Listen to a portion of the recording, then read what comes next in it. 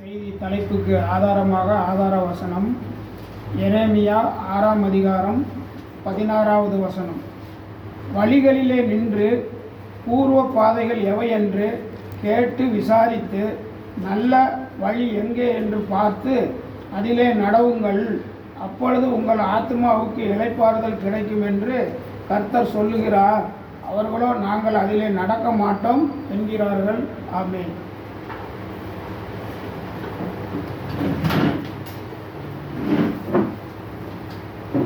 உம்முடைய பிரபகாரங்களில் வாசமாய் இருக்கும்படி நீ தெரிந்து சேர்த்து கொள்ளுகிறவன் பாக்கியவான். உம்முடைய பரிசுத்த ஆலயமாக்கிய உம்முடைய வீட்டின் நன்மையால் திருப்தியாவோம். கண்களை முடிச்சு வைப்போம். எங்கள் கண்மலையும் மீட்பருமாய கர்த்தாவே, அடியேண்ட வாயின் வார்த்தைகளும் எங்கள் ஒவ்வொரு இதயத்தின் தியானமும் உம சமூகத்தில் ஏற்புடையதாக இருப்பதாக. ஆமென். கிறிஸ்துவுக்குள் பிரியமாய் கூட்டி சேர்க்கப்பட்டிருக்கக்கூடிய அழைக்கப்பட்டிருக்கக்கூடிய சகோதர சகோதரிகள் யாவருக்கும் ஆண்டவராகிய இயேசு கிறிஸ்துவின் நாமத்தில் இந்த 2025ஆம் ஆண்டின் புது வருட வாழ்த்துக்களை உங்களோடு கூட பகிர்ந்து கொள்ளுகிறேன். இந்த நாளிலும் நாம் எடுத்திருக்கக்கூடிய தலைப்பு நல்ல வழி என்ற ஒரு தலைப்பை நாம் அந்த எரேமியா 6ஆம் அதிகாரம் 16ஆம் வசனத்தை மையமாக வைத்து நாம் ஆய்வு செய்ய கடமைப்பட்டவர்களாக இருக்கிறோம். நீதிமொழிகள் புத்தகம் 16ஆம் அதிகாரம் 1-2 வசனங்களும் மற்றும் 3ஆம் வசனமும் 9ஆம் வசனத்தையும் நாம் வாசிக்கும் போது அங்கு இந்த புது வருடத்திற்குரிய ஒரு காரியம் என்னவென்று நாம் பார்க்கிறோம். பொதுவாக புது வருஷம்னாவே ஒரு வாக்குத்தத்த வசனம் நம்ம கடவுள் கொடுப்பாரு அப்படின்னு பார்த்து என்ன பண்ணுறோம், அந்த வாக்குத்தத்த வசனத்தை அடிப்படையிலே கொண்டு நாம் சபையார் செயல்படுகிறவர்களாக இருக்கிறார்கள் என்று நாம் தியானிக்கிறவர்களாக இருக்கிறோம். இங்கு 3ஆம் வசனத்திலே சொல்லுகிறார், உன் செய்கைகளை கர்த்தருக்கு ஒப்புவி, அப்பொழுது உன் யோசனைகள் உறுதிப்படும் என்று அங்கு சொல்லுவதாக பார்க்கிறோம். உன் செய்கைகளை கர்த்தருக்கு ஒப்புவிங்கிறார். அப்படின்னா நம்ம என்ன பண்ணணும்னு பார்த்தோம்னா, நம்முடைய எல்லா செயல்களையும் செய்கைகளையும் என்ன பண்ணணும், கடவுள்கிட்ட ஒப்படைச்சிடணும். அப்படி நம்ம ஒப்படைச்சிட்டோம்னா என்ன பண்ணுவார், அவர்தான் என்ன பண்ணுவார், நமக்கு அப்போது நமது யோசனைகள் உறுதிப்படுங்கிறார். ஏன் அப்படின்னு பார்த்தோம்னா, அந்த 1-2 வசனங்களை நாம் பார்க்கும்போது மனதின் யோசனைகள் மனிதனுடையது, நாவின் பிரதியுத்தரம் கடவுளால் வரும் என்று அங்கு சொல்லுவதாக பார்க்கிறோம். மனசின் யோசனை எல்லாம் மனுஷனுடையது. ஆனால் நம்ம எதை வேணாலும் யோசனை பண்ணிக்கலாம். கடவுள் அந்த நாட்டில் பேசும்போது கடவுள் நமக்கு உதவி செய்கிறாரு, அவர் தான் பேசுகிறாரு என்று நாம் எடுத்துக்கொள்ளக்கூடாது. நம்ம பைபிள் அப்படி தான் இருக்குது. ஆனால் நீங்கள் வேறு மொழிபெயர்ப்பில் நீங்கள் பார்த்தீங்கன்னா, மனதின் யோசனையும் நாவின் பிரதியுத்தரமும் கடவுளால் வரும் என்று போடப்பட்டிருக்கிறதாக அந்த இடத்துல பார்க்குறோம். the word of every word of your tongue and the response of the word are from the Lord. அப்போ கடவுள்கிட்ட இருந்து தான் அந்த நல்ல யோசனையும் மனுஷனுக்கு வரணும், அந்த வாயின் வார்த்தைகளும் வரணும். அப்படிங்கிறது தான் என்ன பண்ணணும், அந்த இடத்துல நாம் புரிந்து கொள்ள வரோம். மனுஷனுடைய வழிகள் எல்லாம் அவன் பார்வைக்கு செம்மையாக இருக்கும். நம்ம இப்படி தான் இருக்கணும், அப்படி தான் இருக்கணும் என்ன பண்ணணும் நாம் நினச்சிட்டு இருப்போம், அது செம்மையாக இருக்கும். ஆனால் கர்த்தரோ ஆவிகளை நிறுத்துப்பார். நம்மளது யோசனை மனதின் யோசனைகளை அவர் என்ன பண்ணுறார், வெயிட் போட்டு பார்க்குறாருங்கிறார், நிறுத்து பார்க்குறார், எந்த பக்கம் இறங்குதுன்னு பார்க்குறார். நம்ம வெயிட் போடும்போது கல் ஒரு பக்கம் இருக்கும், பொருள் ஒரு பக்கம் இருக்கும். நமக்கு எது கீழே இறங்கணும், நமக்கு பொருள் தான் கீழே இறங்கணும். ஆனால் வெயிட்டு பார்க்கும்போது கல்லான இருதயம் அங்கே வெயிட்டை இழுத்துக்கிட்டே இருக்கா, அல்லது கடவுள் கொடுக்குற வார்த்தைகள் நம்ம இழுக்கிறதா அப்படின்னு என்ன பண்ணணும், நாம் சோதித்து பார்க்க கடமைப்பட்டவர்களாக இருக்கிறோம் என்பதாக தான் அந்த இடத்துல பார்க்குறோம். 9ஆம் வசனத்தில் படிக்கிறோம், மனுஷனுடைய இருதயம் அவனுடைய வழியை, அதான் மனுஷனுடைய இருதயம் அவன் வழியை யோசிக்கும், ஆனால் அவனுடைய நடைகளை உறுதிப்படுத்துகிறவரோ கர்த்தர். நம்ம எதெல்லாம் நினச்சிக்கலாம், அந்த நடை, அந்த வழி, அந்த பாதை, இது எல்லாம் கர்த்தர் உறுதிப்படுத்துவதாக இருக்க வேண்டும் என்பதாக பார்க்குறோம். அதனால இந்த புது வருட ஆராதனை என்று எடுத்துக்கொண்டால் சில பேர் என்ன பண்ணுவாங்க, முந்தின நாள் சாயந்தரமே வச்சுருவாங்க. அதாவது 31ஆம் தேதி சாயந்தரமே வைப்பாங்க, சில சபைகளில் வைப்பாங்க. ஏன் 31ஆம் தேதி சாயந்தரமே வைக்கிறாங்கன்னு பார்த்தோம்னா, இஸ்ரேலுக்கு ஒரு நாள் என்பது மாலையில் துவங்குகிறது என்பதனால் இதை அடிப்படையாக கொண்டு என்ன பண்ணுவாங்க, சாயந்தரமே ஒரு ஆராதனை என்ன பண்ணிடுவாங்க, அங்கே வைத்து விடுவார்கள் என்பதாக பார்க்கும். ஆனால் இன்றைக்கு இருக்கக்கூடிய வழக்கத்தின் பிரகாரமாக ஒரு நாள் என்பது மதியம் இரவு 12 மணிக்கு தான் மாறுகிறது என்ற ஒரு ஐதீகத்தின் பிரகாரமாக நைட்டு 12 மணிக்கு ஆராதனை, வாட்ச் நைட் சர்வீஸ் அப்படின்னு என்ன பண்ணுவாங்க, நைட்டு வந்து ஆராதனை அவங்க வச்சுக்குவாங்க. இது பொதுவாக இருக்கக்கூடிய வழக்கு. நிறைய பக்கம் அதுதான் வந்து உலகம் பூரா அதை தான் வந்து கடைப்பிடிக்கிறோம். ஒரு நாட்டிற்கு ஒரு மாதப்பிறப்பு இருக்கலாம், ஒரு ஊருக்கு ஒரு மாதப்பிறப்பு இருக்கலாம். இப்படி வந்து அந்தந்த மொழிக்கு தகுந்த மாதிரி மாதப்பிறப்புகள் காணப்பட்டாலும் உலகமெங்கிலும் விசேஷித்த வண்ணமாக இந்த ஆங்கில புத்தாண்டை என்ன பண்ணுகிறார்கள், அவர்கள் தமிழிலேயோ அல்லது ஆங்கிலத்திலேயோ அல்லது வேறு அவர்கள் பாஷையிலேயோ என்ன பண்ணுகிறார்கள், அந்த வாழ்த்தை என்ன பண்ணுகிறார், பகிர்ந்து கொள்ளுகிறார்கள் என்பதாக ஆங்கில புத்தாண்டு தான் என்ன கேட்டால், நம்ம கேலண்டர் வந்து என்ன பண்ணுறாரு, உலகம் ஊரக்கூடிய கேலண்டரு ஆங்கில கேலண்டர் பிரகாரம் தான், அந்த கிரிகோரியன் கேலண்டர் அழைக்கப்படுகிற அந்த ரோம கேலண்டர் பிரகாரம் தான் இது அமைந்திருக்கிறது என்பதாக. அதனால வந்து நம்ம பார்க்குறோம். ஒருவேளை தை மாதம் வந்து தமிழுக்கு முதல் மாதமாக இருக்கலாம், அல்லது சித்திரை மாதம் முதல் மாதமாக இருக்கலாம்.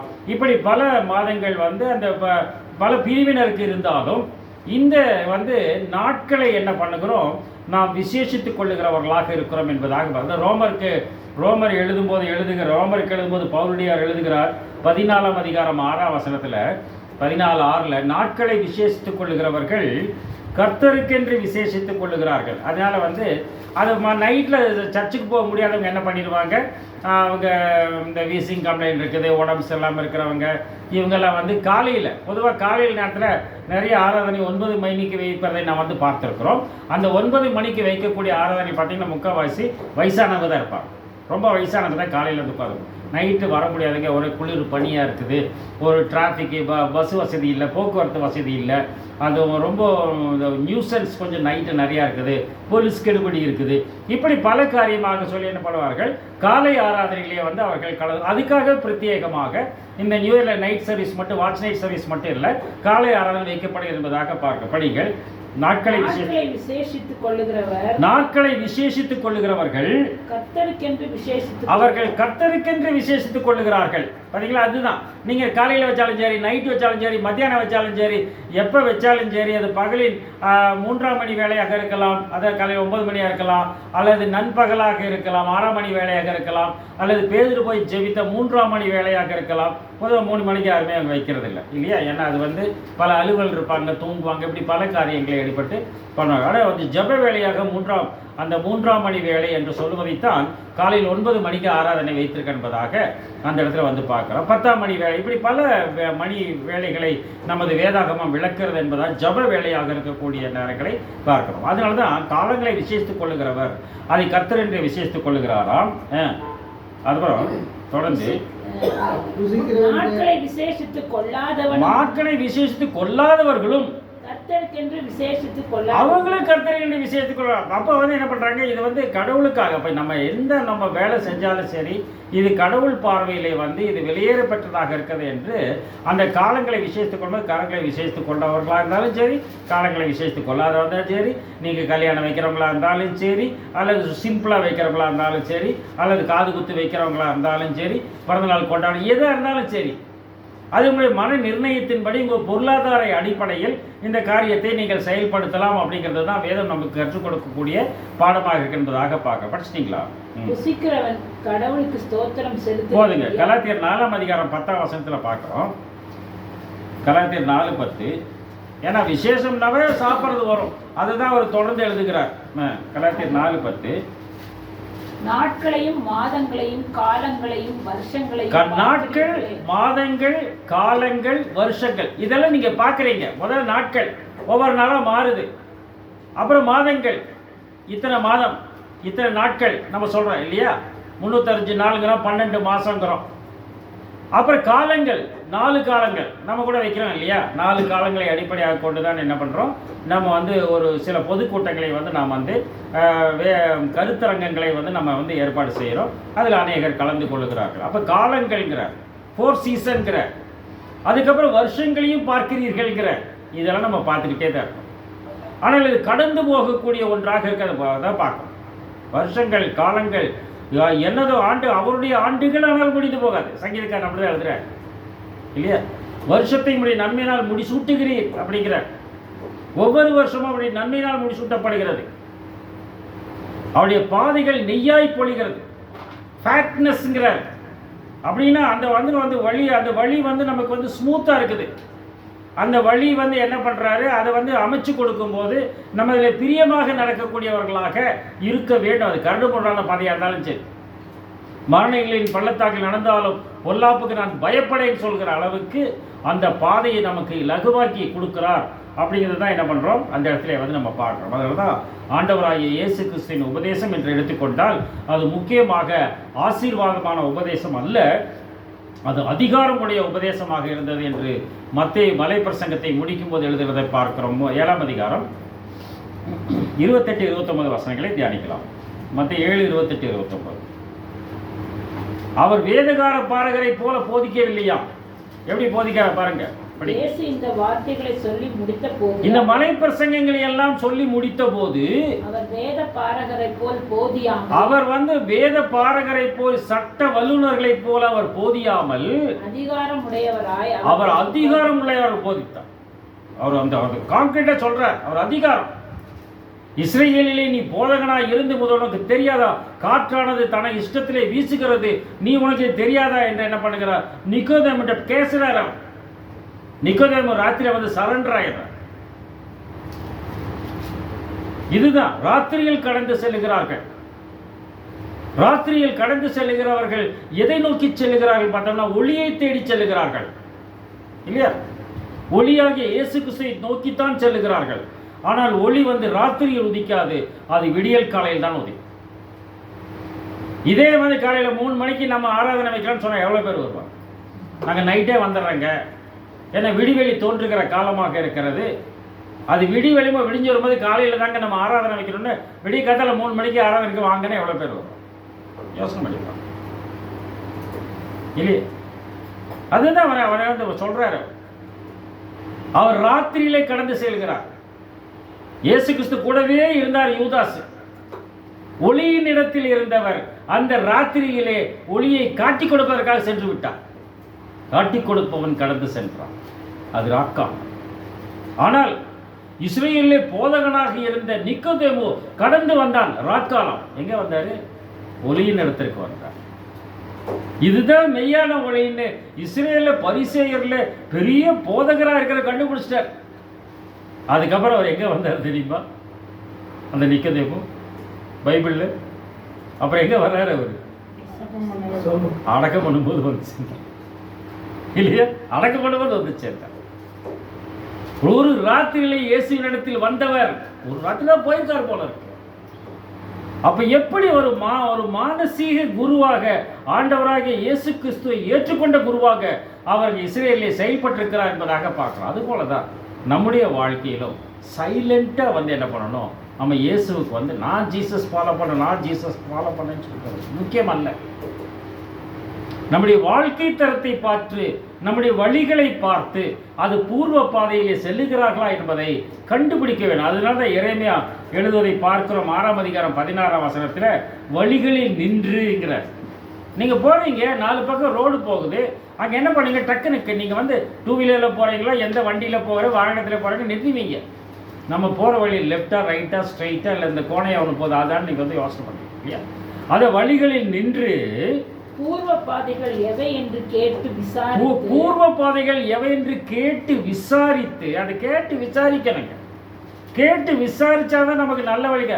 எல்லாரும் இந்த வழியா போறாங்க, நம்ம போக முடியாது, அப்படி போக முடியாது. நாங்கள் முதல் சென்னைக்கு போனோம். சென்னைக்கு போகும்போது அங்கே போய் கிண்டியில் இறங்கிட்டோம். எலக்ட்ரிக் ட்ரெயின் ஏறி என்ன பண்ணிட்டோம், சென்ட்ரலில் இருந்து எலக்ட்ரிக் ட்ரெயின் ஏறி எலக்ட்ரிக் ட்ரெயினில் இறங்கி இன்றைக்கி கிண்டியில் அப்படியே வெளியே வந்தீங்கன்னா அங்கே பஸ் வரும், ஏறி போரூருக்கு வந்திருக்கேன்ட்டாங்க, நந்தம்பாக வந்திருக்கேன்ட்டாங்க. நாங்கள் எல்லாம் ட்ரெயின்லேருந்து இறங்கினோம். எல்லோரும் இறங்கினாங்க. எல்லோரும் இறங்கி எல்லாம் வெளியே போகிறாங்க. நாங்கள் என்ன பண்ணுவோம், எல்லாத்துக்கு பின்னாடி நாங்களும் போகிறோம். கூட்டமாக போயிட்டே இருக்கிறாங்க, நாங்களும் போயிட்டே இருக்கிறோம். அங்கே பார்த்தா சின்னதாக உட்காந்து ஓரத்தில் என்னமோ விற்றுக்கிட்டு இருக்காங்க. என்னமோ கீழே இறங்கி பாதாளம் போய் வெளியே வரும், பாதாளம் வெளியே வரும் அப்படின்னு அது இது சப்வே போல் இருக்குன்ட்டு அந்த சப்வே விலகு அதில் போய் பார்த்தா ஒரு பெரிய கிரவுண்டு வந்துருச்சு. அங்கே பார்த்தா கிரிக்கெட் மேட்ச். அப்போ எங்களுக்கு ஒன்றும் புரியல. எங்கே கிரிக்கெட் மேட்ச் கிரவுண்டுக்குள்ளே நாங்கள் வந்துட்டோம், எல்லாத்தையும் பார்த்து பின்னாடி போய் அங்கே போயிட்டோம் நாங்கள். அப்போ தான் பூர்வ பாதை எதுவென்று கேட்டு விசாரித்துங்கிற. அப்புறம் நாங்கள் மட்டும் வெளியே வரோம், எல்லாம் உள்ள போகிறோம், எங்களை வந்து வெளியே விட மாட்டேங்கிறாங்க. அப்படி கூட்டம் நெருக்குது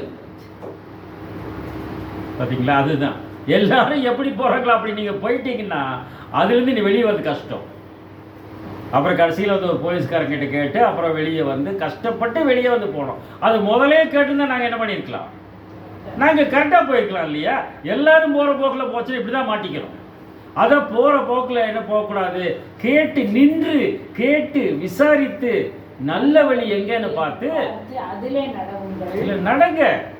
அப்பொழுது உங்கள் ஆத்மாவுக்கு இளைப்பாறுதல் கிடைக்கும். அப்பதான் உங்கள் ஆத்மாவுக்கு இளைப்பாறுதல் கிடைக்கும். நீங்க கேட்டு விசாரித்து அதில் நடவுங்கள், அப்பொழுதுதான் உங்கள் ஆத்மா இளைப்பாறுதல். நம்ம வந்து இளைப்பாறுதலுக்காகத்தான் நாம் காத்து கொண்டிருக்கிறோம். இளைப்பாறுகிற காலம் இனி வரக்கூடியதாக இருக்கிறது. ஆண்டவராகிய இயேசு கிறிஸ்து விடியலில் உதித்து வரும்போது அந்த காலம் சபைக்கு இளைப்பாறுதல் காலமாக இருக்கிறது. உலகத்திற்கும் இளைப்பாறுதல் காலத்தை அந்த நாளிலே கொடுக்க போகிறார் என்பதைத்தான் நாம் அறுதிட்டு சொல்லுகிறவர்களாக இருக்கிறோம். கிடைக்கும்ட்டாரு, ஆனா கேட்டாங்களா, படிச்சு முடிச்சிருக்க. அதில் நடக்க மாட்டோம் என்கிறார்கள். நாங்கள் நடக்க மாட்டோம் என்கிறார்கள். இதுதான் உலகத்தின் போக்கு, இதான் உலகத்தின் போக்கு. அதில் நடவுங்கள் என்று சொல்லுகிறார் தீர்க்கதரிசியானவர் ஆண்டவருடைய வார்த்தையை. ஆனால் ஜனங்கள் என்ன சொல்லுகிறார்கள், தெரிந்தெடுக்கப்பட்ட மக்கள் கூட்டம் தான் இஸ்ரேல் மக்கள், நாங்கள் நடக்க ஒருவேளை வாகனத்தில் போவாங்களோ என்னன்னு தெரியலையே, நடக்க மாட்டோம் என்கிறார்கள். படி அதிலே 2ஆம் அதிகாரம் 13ஆம் வசனம். எரேமியாவின் புத்தகம் 2ஆம் அதிகாரம் 13ஆம் வசனம். என் ஜனங்கள் 2 தீமைகளை செய்தார்கள். ஆம் பிரியமானவர்களே, என் ஜனங்கள் 2 தீமைகளை செய்தார்களாம். ஜீவ தண்ணீர் ஊற்றாகிய எண்ணெய். வேறவங்களை பத்தி பேசுறீங்க, அவருடைய ஜனங்களை பத்தி தான் பேசுறோம். நம்ம யாருங்க, நம்ம அவருடைய ஜனங்கள் தான். என் ஜனங்கள் என்று அழைக்கப்படுகிற நம்மை பார்த்து பேசுகிறார். 2 தீமைகளை செய்தார்கள், ஜீவ தண்ணீர் ஊற்றாகி என்னை விட்டு விட்டார்கள். அதுதான் ஜீவ தண்ணீர் ஊற்று யாருங்க, இயேசு கிறிஸ்து தான். இன்னைக்கு பொதுவாக சபைகளில் நீங்கள் பார்த்தோம் என்று சொன்னால் ஏதோ ஒரு உபதேசத்தை பிடித்து கொண்டு அந்த தலைவரை வைத்துக்கொண்டு அந்த தலைவர் சொன்னதுதான் சரியானது என்று இயேசு கிறிஸ்துக்கு அடுத்தபடியாக அவர் இருக்கிறார் என்று கூட சொல்லாமல் இவருக்கு பின்புதான் இயேசு கிறிஸ்து வருவார். பின்னாடி வரும், இந்த தலைவர் சொன்னதான் கரெக்டு அப்படின்னு ஒரு தலைவரை பிடித்துக் கொள்கிறார். அந்த தலைவரை அடிப்படையிலே கொண்டு அந்த சபைகள் செயல்படுகிறது. அதுதான் டாக்டரின்கிறாங்க. இங்கே கிரேக்கத்தில் வந்து கொடுக்கிற வார்த்தைக்கு வந்து டிரான்ஸ்லேஷன் நீங்கள் பார்த்தீங்கன்னா உபதேசம் என்ற வார்த்தைக்கு அவர்கள் வந்து டீச்சிங் அப்படிங்கிறாங்க. Teaching of Christ, doctrine of Christ. ஆனால் நாம் என்ன சொல்கிறோம், டாக்டரின் ஆஃப் கிரைஸ்ட்டுங்கிறத வந்து நம்ம மாற்றி உங்கள் சபையோட டாக்டரின் என்ன, கொள்கை என்ன என்று இன்றைக்கு கேட்பதாக பார்க்கிறோம். ஆனால் அவர் சொல்ற என் ஜீவ தண்ணீர் ஊற்றாகிய அது ஊற்றுங்க, அது நற்செய்தியின் ஊற்று, அது ஜீவ தண்ணீர் ஊற்று. ஏதோ 1ஆம் தேதி போய் ஒரு வாக்குத்தத்த வசனத்தை கொடுத்துட்டாங்கன்னா அந்த வசனம் தான் எங்களுக்குன்னு வாழ்நாள் பூரா வந்து அல்லது அந்த வருடம் பூரா அந்த வசனத்தை பிடித்து கொண்டே ஓடுகிற பார்த்தோம்னா அதையும் மறந்து போயிடும், அதையும் மறந்தோம். அது அப்படித்தான் இன்றைக்கு இருக்கக்கூடிய உலகத்தின் போக்கு இருக்கிறது என்பதாக பார்க்கும். அது என்ன இருக்கு பாருங்க இந்த கேலண்டர்ல, நான் உன்னுடனே இருக்கிறேன், இதான் வாக்குத்தத்தம் அப்படின்னு நம்ம நினைச்சிட்டோம் வைங்க. ஆனால் இதை விட்டு நம்ம அந்தவங்க போனால் கண்ணாடியில் முகத்தை பார்க்குற மாதிரி இருக்கும். கண்ணாடியில் முகத்தை பார்த்தீங்கன்னா நல்லா தெரியும். ஆனால் இந்த பக்கம் வந்துட்டீங்கன்னா உங்கள் முகம் ஞாபகத்துக்கு இருக்கா, நம்ம முகம் நமத்துக்கே ஞாபகத்தில். அப்படி தோண இந்த வார்த்தைகளையும் என்ன பண்ணுகிறோம், நாம் மறந்து போகிறவர்களாகத்தான் இருக்கிறோம். என்னை விட்டு விட்டார்கள், அது மட்டும் இல்லையாமா, அடுத்தது என்ன செய்கிறார்கள், வெடிப்புள்ள தண்ணீர் நிற்காத தொட்டிகளாகிய வெடிப்புள்ள தொட்டிகளை தங்களுக்கு வெட்டி கொண்டார்கள். தொட்டியை வெட்டிட்டான், தண்ணி நிற்காது அதில். அப்படின்னா அந்த தொட்டியை சரியா பூசல, தண்ணி நிற்கிற அளவுக்கு அதை கரெக்ட் பண்ணியிருக்கணும். வெடிப்புள்ள தொட்டிகள் என்கிற வெடிப்பு பார்க்கணும், அது சரி பண்ணணும். அதை வெடிப்பை பார்த்து சரி பண்ணாதான் அதை வந்து என்ன பண்ணணும், அந்த தண்ணி அதில் நிற்கும், இல்லைன்னா நிற்காது. நான் என்னோட வண்டியில் மூணு மாசமாக போராடிட்டே இருக்கிறேன். கூலண்ட் ஊற்ற அது காணாமல் போகுது. கூலண்ட் ஊத்துறேன் காணாமல் போகுது. திருச்சி போயிட்டு வந்தாச்சு. கூலண்ட் ஊத்துறேன் காணாமல் போகுது. மதுரை போயிட்டு வந்தாச்சு. ஒர்க் ஷாப் கொடுத்தாச்சு. அவர் என்னமோ சொன்னார். அது என்னமோ இது வாட்டர் பம்பு போயிடுச்சுன்னார். சரி, அதுக்கு செலவு பண்ணு. வாட்டர் பம்பு செலவு பண்ணி இங்கே வந்து நிறுத்த பார்த்த பச்சை கலரில் கீழே கிடக்கு. அன்னைக்கு வந்து பார்த்தாலும் நிறுத்தினாலும் கேளுக்கு. வீட்டில் போய் நிறுத்தினா காணும். இங்கே வந்தால் பச்சை கலரில் கீழே வருது. அப்போ தண்ணீர் நிற்காத வெடிப்புள்ள தொட்டி எங்கோ இருக்கிறது. அதை பார்த்து நாம் சரி செய்ய வேண்டும். மெக்கானிக்கே கண்டுபிடிக்க வேண்டாம் எனக்கு இல்லையா? அப்போ நாமெல்லாம் என்ன பண்ணுறோம்? நம்மளெல்லாம் மெக்கானிக்காக தான் வச்சுருக்கார்.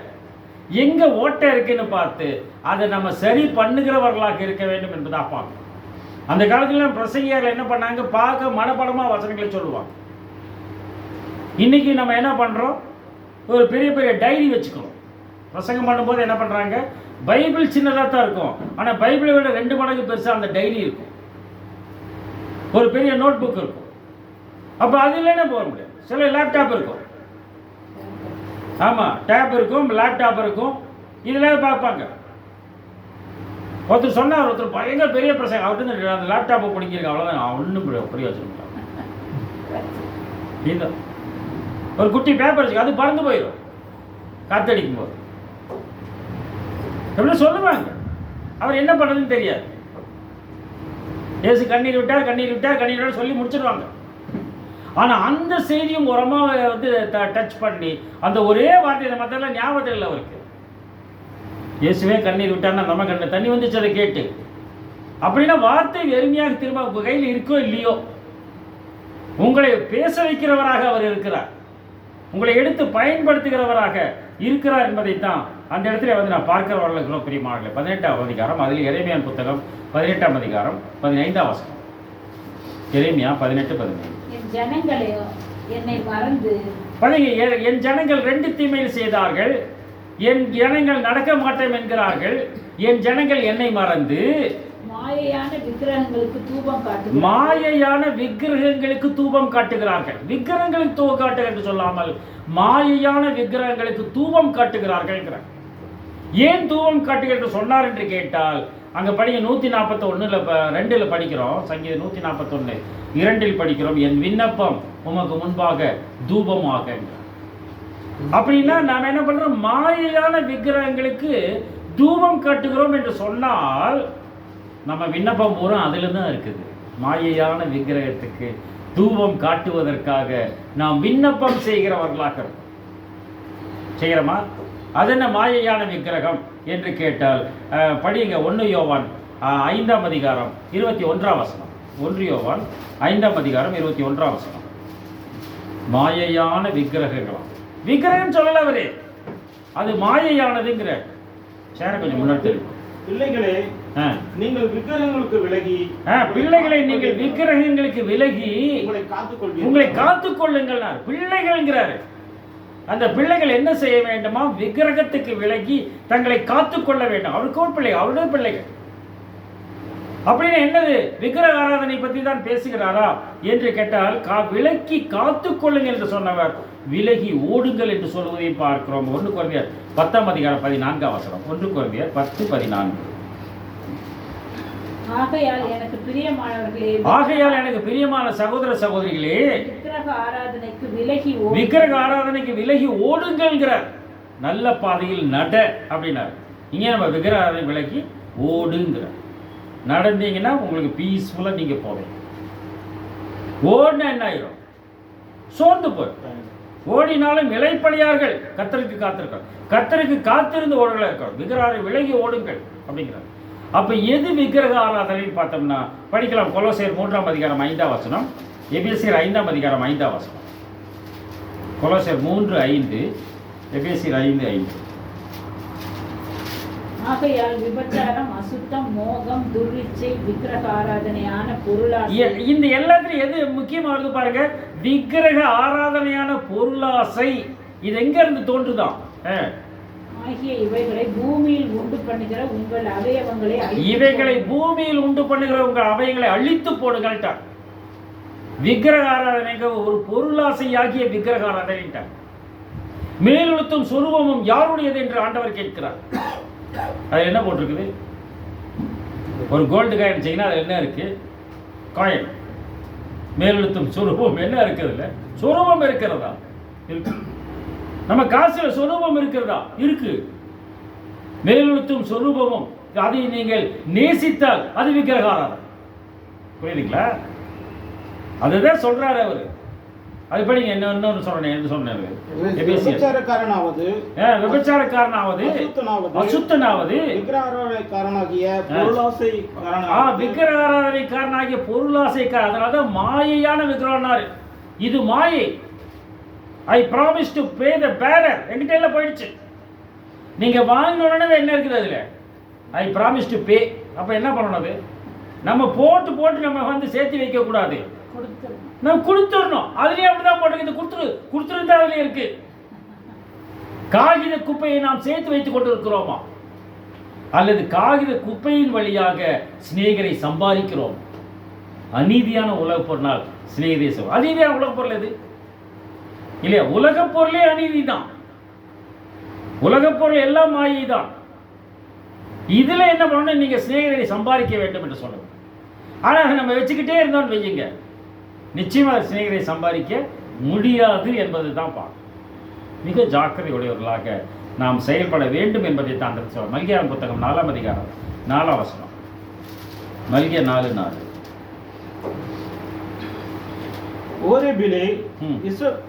ஓரேபிலே இஸ்ரவேலர் எல்லாருக்காகவும், ஓரேபிலே இஸ்ரவேலர் எல்லாருக்கும், ஓரேபு தேவ பர்வதம், அதுல இஸ்ரவேலர் எல்லாருக்காகவும் என் தாசனாகிய மோசேக்கு நான் கற்பித்த நியாயப்பிரமாணமாகிய கட்டளை அங்கிருந்தாங்க வந்துச்சு. நியாயப்பிரமாணம் ஆகட்டும், அந்த நீதி ஆகட்டும், அந்த கட்டளைகள் ஆகட்டும், அந்த நியாயங்கள் ஆகட்டும், எதை நீங்க நினையுங்கள். நீங்க அதைத்தான் நினைக்கணும். நம்முடைய சிந்தனையில் எது இருக்க வேண்டும் என்று சொன்னால் வசனம் இருக்க வேண்டும்.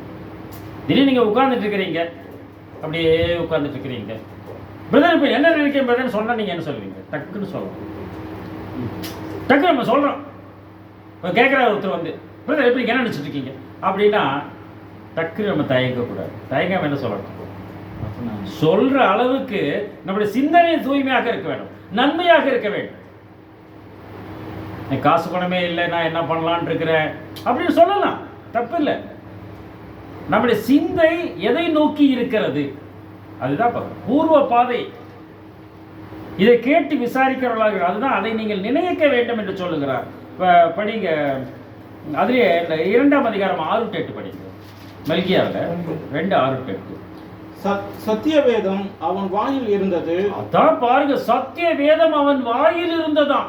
நீங்க பிராமின்ஸ் வீட்டில் நீங்க பார்த்துருப்பீங்க என்ன தெரியல, நம்ம கேள்விப்பட்டிருக்கோம். வீட்டில் பார்த்தீங்கன்னா வாய் அசைஞ்சிட்டே இருக்கு. அவங்க என்ன வேலை செஞ்சாலும் சரி, அவங்க பாத்திரம் கழுவினாலும் சரி, வீடு கூட்டினாலும் சரி, ஒட்டடை அடித்தாலும் சரி, சமையல் பண்ணாலும் சரி, என்ன பண்ணினாலும், டாய்லெட் போனால் சொல்லுவாங்கன்னு எனக்கு தெரியாது, நீங்கள் என்ன பண்ணாலும் சரி, அவங்க வதுடு முணுமுணுத்து கொண்டு இருக்கும். ஏனென்றால் அவர் ஸ்லோகத்தை சொல்லிக் கொண்டு இருப்பார்கள், சுப்பிரபாதம் பாடிக்கொண்டு இருப்பார்கள். அப்போ வாயில் இருந்திருக்கும். அதுதான் சொல்றாரு. சிந்தனை எங்க இருக்கோ அதை பற்றி வேற. சத்திய வேதம் அவர் வாயில் இருக்க வேண்டும். எப்படிங்க வாய்க்கு வரும் இல்லையா? அது உள்ளத்தில் இருக்கும். 2+2 என்ன சொல்லிடுவாங்க. சின்ன பிள்ளைங்களை என்ன பண்ணிடுவாங்க? டக்குன்னு சொல்ல யோசனை பண்ண மாட்டாங்க இல்லையா? அந்த 5ஆம் வாய்ப்பாடு சொல்லு, 10ஆம் வாய்ப்பாடு சொல்லு அப்படின்னு சொன்னீங்கன்னா அவங்க டக்குன்னு சொல்ல. காரணம் என்ன கேட்டா, அது உள்ளத்திலிருந்து உதட்டிலே வருகிறது. டான் சொல்லுவான். புரியுதுங்களா? அந்த சத்திய வேதம் உன் வாயில் இருக்க, வாயை விட்டு பிரியாது இருக்க வேண்டும். சத்திய வேதம் அவன் வாயில் இருந்தது. அவனுடைய உதடுகளில் அநியாயம் காணப்படவில்லை. அவன் உதடுகளில் அநியாயம் காணப்படவில்லை. சில பேர் சொல்லுவாங்க, நான் கேட்டிருக்கிறேன், உதவியில் அநியாயம் இல்லைங்க, நான் வந்து கொஞ்சம் இப்போலாம் முந்தி மாதிரி நான் வந்து சரியில்லைங்க, நான் நிறையா பொய் பேசுகிறேங்க, நான் கெட்ட பேச்சு பேசுகிறேங்க, அதனால வந்து நான் அதுக்கெல்லாம் முடியாதுங்க, நான் வருவேன், நான் ரெகுலராக வருவேன், நான் எவ்வளோ காசு வேணாலும் கொடுப்பேன், ஆனால் எனக்கு வந்து இதெல்லாம் பிடிக்காதுங்க, எனக்கு தெரியாது. எனக்கு ஏன் தெரியாது? இன்றைக்கி நிறைய பேர் அப்படி தான் இருக்காங்க. பிஸ்னஸ் பீப்புளெலாம் நம்ம பார்த்துட்டோம்னா அவங்க நீங்கள் போனீங்கன்னா நிறைய காசு கொடுப்பாங்க, ஆனால் வாங்க கொஞ்சம் தலைமையேற்று நடத்துங்கன்னு சொன்னால் நான் வரமாட்டேங்க. ஏன்? நான் பிஸ்னஸில் கொஞ்சம் பொய் சொல்ல வேண்டியிருக்கு. பிசினஸ்ல பொய் சொல்ல வேண்டியிருக்கான். அதனால என்ன பண்றாங்க, காசு பணத்தை கொடுத்து சரி பண்ணலாம்னு பார்க்கறாங்க. அல்ல, அவன் வாயில் இருக்க வேண்டும், அவன் உதடுகளில் இருக்க வேண்டும்னா அந்த சிந்தனை அதற்குள்ளாக. அதுதான் படிக்க தொடர்ந்து படி. அவன் என்னோடு சமாதானமும் யதார்த்தமுமாய் சஞ்சரித்து அநேகரை அக்கிரமம் சமாதானமும் யதார்த்தமுமாய் அவரோடு கூட சஞ்சரித்து ஏனோக்கை போல அநேகரை அக்கிரமத்தினின்று திருப்பினார். அநேகரை அக்கிரமத்தை திருப்பினார். பாத்தீங்களா, நம்ம ஸ்கூல்ல படிச்சுட்டுக்கோன்னு வச்சுக்கோமே, நம்ம ஹெட்மாஸ்டர் கூடவே வந்துட்டு இருக்காரு, பாப்பான்னு கூட கூட்டிட்டு போறாரு. நீங்க என்ன பண்ணுவீங்க? சத்தம் இல்லாம ஒரு பின்னாடி போயிட்டே இருப்பீங்க. அங்கொருத்தன் கூப்பிடுவான், இங்கொருத்தன் நோண்ட பார்ப்பான், எதையும் கண்டுக்க மாட்டோம், அப்படிதானே போவீங்க. அப்ப ஜீசஸ் நம்ம கூடயே இருக்கிறாருன்னா நம்ம என்ன பண்ணுவோம்? நம்ம மொபைலில் என்ன பார்ப்போம்? இல்லை மொபைல் வச்சுருக்கோம். நம்ம மொபைலில் நம்ம என்ன வேணாலும் பார்ப்போம். நம்ம ஜீசஸ் பக்கம் உட்காந்து எட்டி பார்த்துட்டே இருக்கான்னு வச்சுக்கோ. ஜீசஸ் பக்கம் உட்காந்து எட்டி பார்த்துட்டே இருக்காரு, இவன் என்ன பார்க்குறாங்க, நம்ம என்ன பார்ப்போம்? நம்ம ஜாக்கிரதையாக எல்லா காரியத்திலும் ஆண்டவனை பார்த்து கொண்டு இருக்கிறார் என்ற உணர்வோடு கூட நாம் செயல்படுகிறவர்களாக இருக்க வேண்டும். படிங்க. ஆசாரியனுடைய உதடுகள் அறிவை காக்க வேண்டும். அதனால ஆசாரியராக இருந்தால் அவருடைய உதடுகள் அறிவை காக்க வேண்டும். அது எனக்கு தெரியலங்க, என்னன்னு தெரியாதுங்க. அப்படி அல்ல இல்லையா? கவர்னர் கேஸ்னா என்னன்னா அது இந்தியன் HP கேஸ்ன்னு சொல்லக்கூடாது. கவர்னர் கேஸ்னா எந்த கேஸ் கம்பெனின்னு யோசனை பண்ணக்கூடாது. இடி முழக்கமா சொல்றாங்க பாத்தீங்களா? இடி முழக்க மக்கள் சொல்றாரு பிரதர், புதுசா பிறந்தவர் தான் அவர், ஆனா டக்குன்னு சொல்றாரு இடி முழக்க மக்கள். பாத்தீங்களா? இந்த கேஸ் கம்பெனி பத்தி யோசனை பண்ணல, அதான் சொல்றாரு அவர். ஆசாரிய உதவிகள் அறிவை காக்க வேண்டும். வேதத்தை அவன் வாயிலை தேடுவார்கள். வேதத்தை அவன் வாயில், புக்கில் தேட மாட்டாங்களாம், வேதத்தை அவன் வாயில் தேடுவார்கள். அவன் எப்படிப்பட்டவராம்? அவன் சேனைகளுடைய கர்த்தரின் தூதன். கர்த்தரின் தூதன், தூதர்கள், ஏஞ்சல்ஸ் ஆஃப் காட்ங்கிறார். Messenger of God. ஏஞ்சல் மெசஞ்சர்னு மொழிபெயர்க்கலாம். மெசஞ்சர் ஆஃப் காட், சத்தியத்தை சுமந்து செல்லக்கூடிய பாத்திரமாக நாம் இருக்க வேண்டும் அந்த இடத்துல பார்க்கிறோம். படிங்க. நீங்களோ வழியை விட்டு விலகி. ஆனா என்ன பண்றாங்கன்னா, நீங்களோ வழியை விட்டு விலகி அந்த பூர்வ பாதை எதுவென்று கேட்டு விசாரித்து நல்ல வழியின்னு பார்த்து அந்த வழியை விட்டு விலகி அநேகரை வேதத்தை குறித்து அநேகரை வேதத்தை குறித்து இடர பண்ணுகிறார். அது அப்படி கிடையாது, இது இப்படிதான் ஆர்கியூமெண்ட். அநேகரை வேதத்தை விட்டு இடர பண்ணுகிறார்கள்னா அப்ப அவங்களுடைய டாக்டரின் டீச்சிங் எப்படி இருக்கு பார்த்தீங்களா? பிரமாதமா இருக்கு. அப்படியே வெளியே போயிடுற அளவுக்கு அது காணப்படுகிறது. லேவியின் உடன்படிக்கையை கெடுத்து போட்டீர்கள் என்று சேனைகளின் கர்த்தர் சொல்லுகிறார். உடன்படிக்கை என்ன பண்ணீங்க? நீங்க கெடுத்து போட்டு விட்டீர்கள். இதுதான் நடக்கக்கூடிய உண்மையாக இருக்கிறது. அந்த உடன்படிக்கையை மாற்றி மாற்றி இஸ்ரவேல் ஜனங்கள் மாற்றினான். குர்பான் காணிக்கை கொடுத்தா போதும், நான் வெளிப்புறமான சடங்குகள் செய்தால் போலுங்கிறாங்க. ஆனா தூய சிநேகம் அன்பு அங்கிலே காணப்படுகிறதா அப்படின்னு பார்த்தோம்னா கிறிஸ்துவோடைய வாழ்க்கையிலே காணப்படவில்லை. அப்படிதான் இன்னைக்கு சபையின் நிலைமைகளும் அப்படித்தான் இருக்கிறது என்பதை பார்க்கணும். இப்போ இளப்பாயங்க பைபிள் கையில் வச்சுட்டு இருக்கீங்க, சொன்ன எடுத்து படிக்கிறீங்க. நான் சில சபைக்கு போகும்போது நான் பார்க்குறேன், பெரிய பெரிய சபைகள் தான், யார் கையிலையும் பைபிள் இல்லை. ஏன்?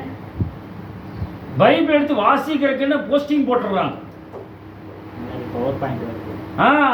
பவர் பாயிண்ட் போஸ்டிங் போடுறாங்க. அவங்க பைபிள் படிப்பாங்க, அவங்க கையில பைபிள் கடை இல்லை. அங்கே எவனோ ஒரு சின்ன பையன் உட்காந்துட்டு இருக்கிறான். அந்த பையனுக்கு பைபிள் தெரியுமான்னு தெரியாது.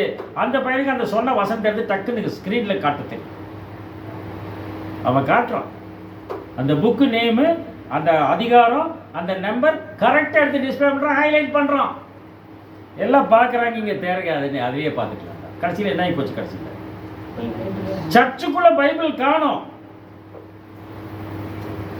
இது நாளடைவில் என்ன ஆகுதுன்னு பார்த்தோம்னா, நம்ம சர்ச்சில் போய் பைபிள் படிக்கிறது இல்லைல்ல, நம்ம என்ன பண்ணலாம்? அதை ஏன் சுமந்துட்டு போகணும்? வேதத்தை சுமக்கிறது ஏன் சுமக்க வேண்டும் என்று சீர்திருத்த சபைகளிலும் நல்ல தேர்ந்த சபைகளிலும் வந்துவிட்டதற்கு காரணம் செவுத்தில் தோன்றுகிற பைபிள் தான் காரணம், சுவர் பைபிள் தான் காரணம். அதனால ஜாக்கிரதை உடையவர்களாக அப்படியே நைஸா ட்ராக். வேட்டி பைபிள். என்ன பைபிள்? வேட்டி பைபிள் அது. ஆமா, அப்படி போயிடுச்சு. அது வெள்ளை வேட்டி பைபிள் ஆயிடுச்சு. நீங்க நிறைய கலர் வேட்டி வந்துடுச்சு, வெள்ளை வேட்டி பைபிள் தான். அதுதான் காட்டுறாங்க இன்னைக்கு. டக் டக் டக் டக்குன்னு அடிக்கிறான்.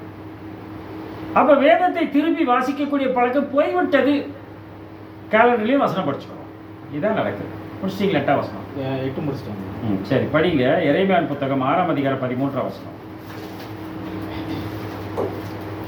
எப்படி இருக்காங்க பாருங்க ஜனங்க. எரேமியா 6:13. அவர்களில் சிறியோர் முதல் பெரியோர் மட்டும். அவர்கள் சிறியோர் முதல் பெரியோர் மட்டும். இயேசுநாதர் கல்லறையை கொண்டு போய் நிறுத்தினாங்க இல்லையா? அப்ப சிறியோர் முதல் கொண்டு பெரியோர் வரைக்கும் கல்லறைன்னு சொன்னாங்க. அப்புறம் பார்த்தா இயேசு சொன்ன உடனே என்ன ஆச்சு? சிறியோர் முதல் போய் எல்லாம் போயிட்டான். அவன் சிறு வயது தொடங்கி இருதயத்தின் யோசனைகள் பொல்லாததா இருக்கிறது என்று ஆதியாகமம் புத்தகம் 8:27 வசனம் படிக்கும். அப்படிதான் இன்னைக்கு இருக்கிறது என்பதான். இங்க சிறியோர் முதல் பெரியோர் வரைக்கும் எப்படிப்பட்டவங்களா இருக்காங்க? எல்லாம் பொருளாசைக்காரர். பொருளாசை தான். காகித குப்பையை மனதிலே வைத்துக் கொண்டு செயல்படக்கூடிய கூட்டமாகத்தான் இன்றைக்கு நாம் இருக்கிறோம் என்று சொன்னால் அது மிகையாக. பொருளாசைக்காரர். அது மட்டும் இல்லையா? இதுவும் அல்லாமல் தீர்க்கதரிசிகள் முதல் ஆசாரியர்கள், இதுவும் அல்லாமல் தீர்க்கதரிசி முதல் ஆசாரியர் வரைக்கும் ஒவ்வொருவரும் பொய்யர். ஒருத்தரும் பொய் சொல்றோங்க. ஒருத்தரும் பொய் சொல்றோம். இப்போ மீட்டிங் வரலன்னா நான் வந்து கேட்கறது இல்லை. ஏன் மீட்டிங் வரலைங்க, ஏன் சர்ச்சுக்கு வரலன்னு கேட்கறது இல்லை. ஏன்னா எனக்கு நல்ல கசப்பான அனுபவம். ஏன் வரலன்னு கேட்டால் கொஞ்சம் உடம்பு சரியில்லைங்க, ரொம்ப பலவீனமாக ஒரு டயர்டாக இருக்குது, எனக்கு எந்திரிக்கவே முடியல, 4 நாளாக எந்திரிக்கல பிரதர் அப்படின்பாங்க. அதை வந்து இன்னொரு சகோதரர்கிட்ட சொல்லிட்டு இருக்கிறேன். பாவம் அந்த சிஸ்டருக்கு அந்த ஃபேமிலியே எல்லாத்துக்கும் காய்ச்சலாம், யாருமே எந்திரிக்க முடியலையா அவங்க வீட்டில். நான் அந்த மாலில் பார்த்தேன் 2 மணி நேரம் சுற்றிட்டு இருந்தாங்க. வேற ஆளாக இருக்குங்க. அப்புறம் தான் எனக்கு உணர்வு. இன்னொரு பிரதர் அதே மாதிரி தான். பிரதர் ஏன் பிரதர் நான் பைபிள் ஸ்டடிக்கெல்லாம் வரமாட்டேன் பிரதர், ரொம்ப ஓவர் டைம் பிரதர், 6 மணிக்குள்ள இப்போ 8 மணி வரைக்கும் ஓவர் டைம் பிரதர் அப்படின்னு சொல்லிட்டு. அப்படிங்களா? சாரி சார் அப்படின்ட்டு. இன்னொருத்தர் என்ன சொல்லியிருக்காரு அவர்கிட்ட, அந்த உபதேசம் எனக்கு பிடிக்கலைங்க. அது ஏன்ட்டே சொல்ல வேண்டியது. ஏன் உபதேசம் நான் மாற்றிக்கணும் இல்லை, உனக்கு முடிச்ச உபதேசம் சரியானதாக இருந்தால் நான் மாற்றிக்கல என்ன. அப்போ தான் யோசனை, நம்ம கேள்வி கேட்பது நிமித்தமாக அவர்கள் பொய் சொல்லுகிறார். ஏன் வரல நம்ம கேட்கக்கூடாது. இது அவர்கள் பொய் சொல்ல தூண்டுகிறது. அதனால தான் எல்லாரும் பொருளாசைக்காரர்களும் பொய்யர்களுமாக இருக்கிறார்கள் என்பதை வேதம் நமக்கு கற்றுக் கொடுக்கிறதாக இருக்கிறது என்பதாக போகிற ஏசாயா புத்தகம் 2ஆம் அதிகாரம் 3 மற்றும் 5 வசனங்கள். தீர்க்கதரிசிகள் ஆசாரியர்களே என்ன பண்ணுறாங்க? பொய்காரங்களாக இருக்காங்களாம். நீங்கள் ஒரு பாஸ்டர் வீட்டுக்கு ஒரு போதகர் வீட்டில் போய் மத்தியானம் 3 மணிக்கு போய் கேளுங்க, பாஸ்டரை பார்க்கணுன்ட்டு அவர் ஜபத்தில் இருக்காருன்றோம். மத்தியானம் 3 மணிக்கு அவர் ஜபத்தில் இருக்கார். என்னங்க மதியம் 3 மணிக்கு என்னங்க ஜபம்? அது என்ன ஜபம்? அதுதான், அது வேற ஜபம், நித்திரை ஜபம். அது வந்து அப்படி சொன்னா நல்லா இருக்காது இல்லையா? அதனால அப்படி சொல்லிடுவாங்க, தியானத்தில் இருக்கிறார் அப்படின்னு. 2:5 திரளான ஜனங்கள் புறப்பட்டு வந்து நாம் கர்த்தரின் பர்வதத்துக்கும், நாம் எங்க போனோம்? கர்த்தரின் பர்வதத்திற்கும் யாக்கோபின் தேவனுடைய ஆலயத்துக்கும். அங்க இருக்குங்க, நான் யாக்கோபின் தேவனுடைய ஆலயத்துக்கும் போவோம் வாருங்கள். ஏங்க போறாங்க? அங்க இலவசமா ஏதோ கொடுக்குறாங்க. இல்ல பொங்கல் வந்துச்சுன்னா என்ன பண்ணுவாங்க? ரேஷன் கடையில கரும்பு கொடுப்பான், அப்புறம் இது கொடுப்பாங்க, ஏதாவது கொடுப்பாங்க. மனிதர்களுக்கு தேவையானது உச்சிதமான பொருள்கள் கொடுக்கப்படுகிறது இலவசமாக. போயிடுவாங்க, காசு பணம் கூட போயிடுவாங்க. ஆனால் இங்கே திரளான ஜனங்கள் என்ன பண்ணுறாங்க? யாக்கோபின் தேவனுடைய ஆலயத்துக்கும் கர்த்தருடைய பர்வதத்துக்கும் போவோம் வாருங்கள் கூட்டி போறாங்க. என்ன கிடைக்குதாங்க?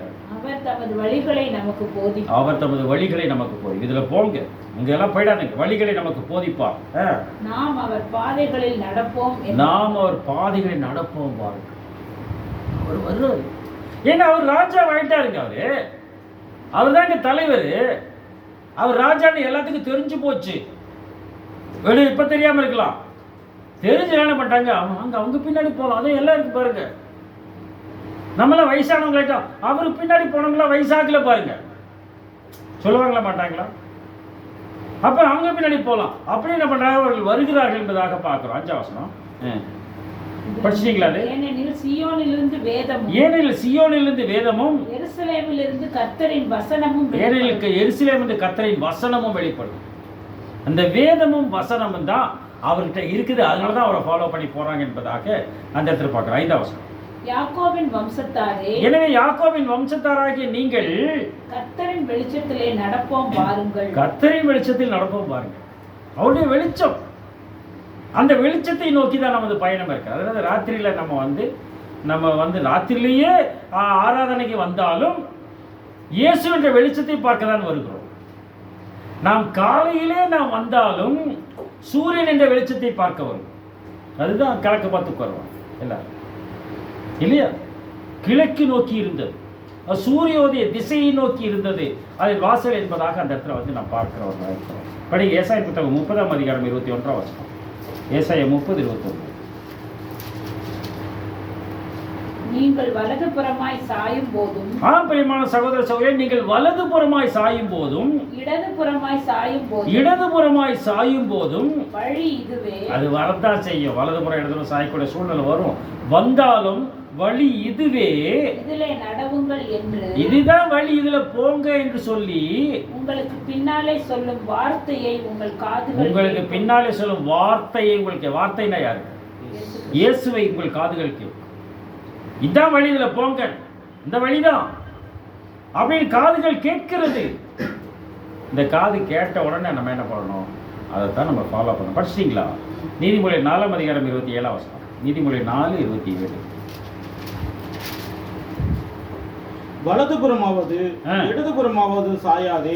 வலதுபுறமாவது இடதுபுறமாவது சாயாதே. முன்னாடி சொல்லிட்டாரு, இது சாயாதே. உன் காலை தீமைக்கு விலக்குவாய். அதான் தீமை அந்த பக்கம் இருக்குது. உன் காலை தீமைக்கு விலக்குவாயாக. அப்ப கால் தான் முக்கியம். இந்த பக்கம் முதல்ல சாயறீங்க, கால் அந்த பக்கம் இழுத்து. அப்ப கபடியில் விளையாடுற மாதிரி பிடிச்சி இழுத்துட்டுருவாங்க. ஜாக்கிரதையா இருக்கணும். கால்கள் நீதியின் வழியில் செல்லக்கூடிய கால்களாக இருக்க வேண்டும் சொல்கிறார். படிங்க சங்கீதம் 25:8. சங்கீதம் 25:8. கர்த்தர் நல்லவரும் உத்தமருமாய் இருக்கிறார். கர்த்தர் நல்லவரும் உத்தமமானவர் இருக்கிறார். ஆகையால் பாவிகளுக்கு வழியை தெரிவிக்கிறார். பாவிகளுக்கு வழியை தெரிவிக்கிறார். வழியே தெரியல, பாவிகளுக்கு வழியை தெரிவிக்கிறார். கர்த்தரா இயேசு எனக்கு இறங்கும் அப்படிங்கிற தாவீதின் குமாரனே எனக்கு இறங்கும். அவனை எழுந்து வர சொல்லு, அவனை அழைத்து வாருங்கள். பாவிகளுக்கு வழியை தெரியும். பிறவி குழந்தையிலே சொல்லுகிறார், நீ போய் சீலோவாம் குளத்திலே கழுவு என்று சொல்லுகிறார். பாவிகள் மனம் திரும்பினார். புரியுதுங்களா உங்களுக்கு? அதான் சொல்றாரு, பாவிகளுக்கு வழியை தெரிவிக்கிறார். உபாகமம் 5ஆம் அதிகாரம் 32ஆம் வசனம். அதனால நம்ம என்ன பண்ணணும்? உபாகமம் 5:32. வலதுபுறம் இடதுபுறம் சாயாமல் உங்கள் தேவனாகிய கர்த்தர் உங்களுக்கு கற்பித்தபடியே செய்ய சாவதானமாய் இருங்கள். உங்கள் கடவுளாகிய ஆண்டவர் உங்களுக்கு கற்பித்தபடியே அதை செய்வதற்கு நீங்கள் என்ன கருத்துள்ளவர்களாக, சாவதானமான கருத்துள்ளவர்களாக இருங்கள். வலதுபுறம் இடதுபுறம் சாஞ்சிராது. வலதுபுறம் இடதுபுறம் சாயாது. சாஞ்சிராதீங்க. இந்த பக்கம் பொருளாசை இருக்கும், அந்த பக்கம் சிற்றின்பம் இருக்கும், அந்த பக்கம் சாராயம் இருக்கும், இந்த பக்கம் போதைப் பொருள்கள் இருக்கும், லாகிரி வஸ்துகள் இருக்கும், எப்படி வேணாலும் இருக்கும். ஆனால் வலதுபுறம் இடதுபுறம் சாயாமல் அந்த கடவுளாகிய ஆண்டவரின் வார்த்தைக்கு நீங்கள் செவி கொடுத்து செயல்படுகிறவர்களாக இருக்க வேண்டும் என்று பேசுகிறார். ஆனால் மோசே அப்படி தான் செஞ்சாருங்கிறதுக்கு ஆதாரம் அங்கு காணப்படும். யாத்திரா புத்தகம் 40ஆம் அதிகாரம் 1-2 வசனங்கள் மற்றும் 16-17 வசனங்கள்.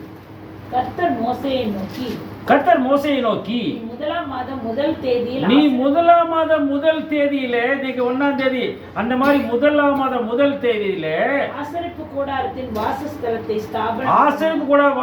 ஸ்தாபனம் பண்ணிட்டார்.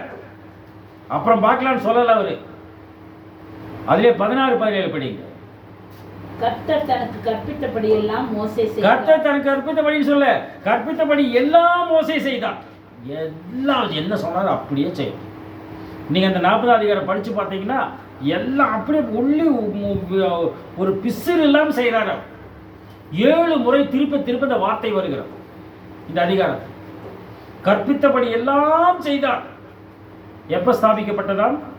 2ஆம் வருஷம் முதலாம் மாதம் முதல் தேதியில். 2ஆம் வருஷம் முதல் மாதம் முதல் தேதியில் கர்த்தருடைய ஆலயம் ஸ்தாபிக்கப்பட்டது. இன்னைக்கு நீங்கள் பிரதிக்கிற இருக்கிறீங்க, நான் அதை பண்ண மாட்டேன், இதை பண்ண மாட்டேன், இதை செய்வேன் அப்படின்னு. அது நம்ம செஞ்சோமா இல்லைன்னு எப்போ தெரியும்? அடுத்த வருஷம் நீங்கள் யோசனை பண்ணுவீங்க, என்ன வாக்கு தத்துவம் வாங்கணும், என்ன பிரதிக்கினை பண்ணணும், என்ன ப்ராமிஸ் பண்ண கடவுள்கிட்ட.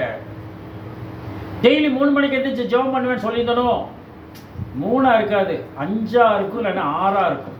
எப்போ யோசனை பண்ணுறது?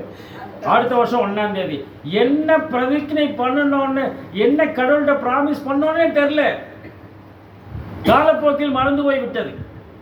இதுவா வாக்கு தத்தம்? இதுவா நமக்கு கொடுக்கக்கூடிய ஆசீர்வாதம்? இதுவா நம்ம அவர்கிட்ட சொல்லக்கூடிய உறுதிமொழி? ஒன்றும் கிடையாது. பழையபடி அப்படியே தெரியும். என்ன ஒன்று, ஒரு வருஷம் மாறுதுன்னா வேறு பெரிய ஒன்றுமே கிடையாது. அதில் என்னென்னா நம்ம தேதி எழுதும் போது இயர் போடும்போது கொஞ்சம் மாற்றி எழுதுவோம், அவ்வளோதான்.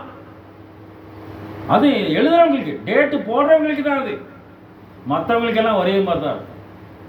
நைட்டு வேணால் பட்டாசத்தை கேட்டுருக்கோம், அவ்வளோதான்.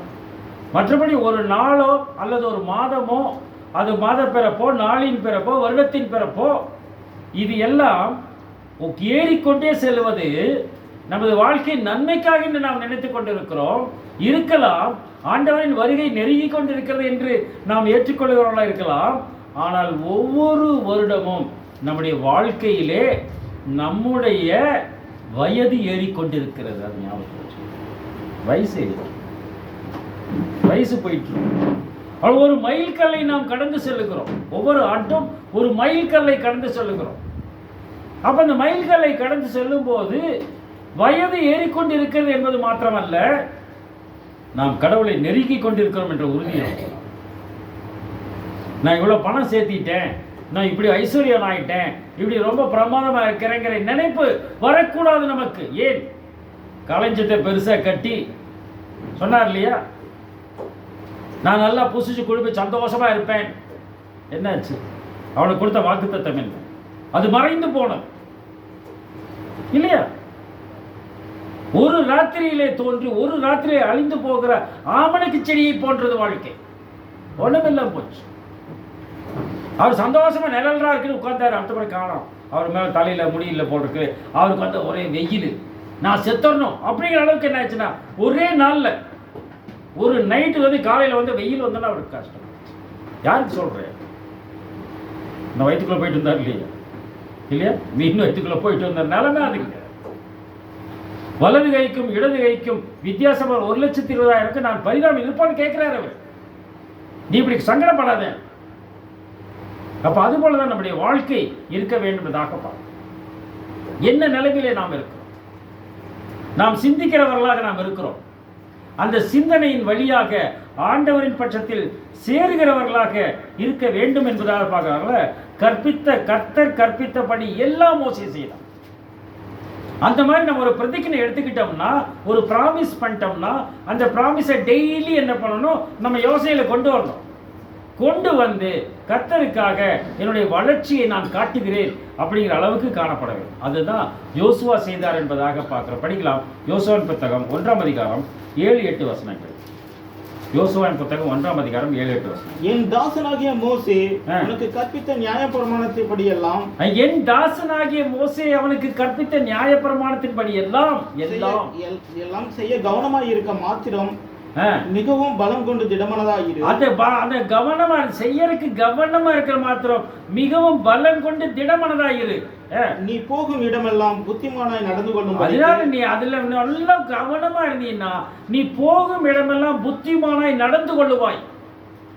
பாத்தீங்களா? அப்படின்னா அந்த புத்தி, நானே புத்தி வல்லமை என்னுடைய ஆண்டவர் பேசுகிறார். அந்த புத்தி ஞானம் அவருக்குள்ள கொடுக்கணும். முதல்ல ஃபர்ஸ்ட் ப்ரிஃபரன்ஸ் கடவுள் கொடுத்துருங்க. ஏதாவது நிறைய பேர் நம்ம வந்து பார்க்குறோம் இல்லையா? காலையில் எந்திரிச்சோன்னா பிளேட்டில் சாப்பாடெல்லாம் போட்டு வச்ச உடனே என்ன பண்ணுறாங்க? போய் தண்ணி எடுத்துட்டு வா, அப்படியா? உடனே ப்ரே பண்ணுறோம், உடனே ப்ரே பண்ணுறோம் இல்லையா? அது எங்கே இருந்தாலும் சரி, அது ஹோட்டல் போனாலும் சரி, கல்யாண வீட்டுக்கு போனாலும் எங்கே போனாலும் சரி, அவங்க ஜெபிக்கிறார்கள். மற்றவங்க பார்க்கலங்கிறதால கவனிக்கிறது இல்லை. அது சாப்பாடை வச்ச உடனே கையை வச்சு ஜெபிக்கலாம். ஏன்? கர்த்தர் எனக்கு ஆசீர்வதித்து கொடுக்கும். இந்த உணவு என் சரீரத்திற்கு என்னை வலுவுள்ளதாக்கும். அந்த மாதிரி தானே ஆண்டவருடைய வார்த்தை.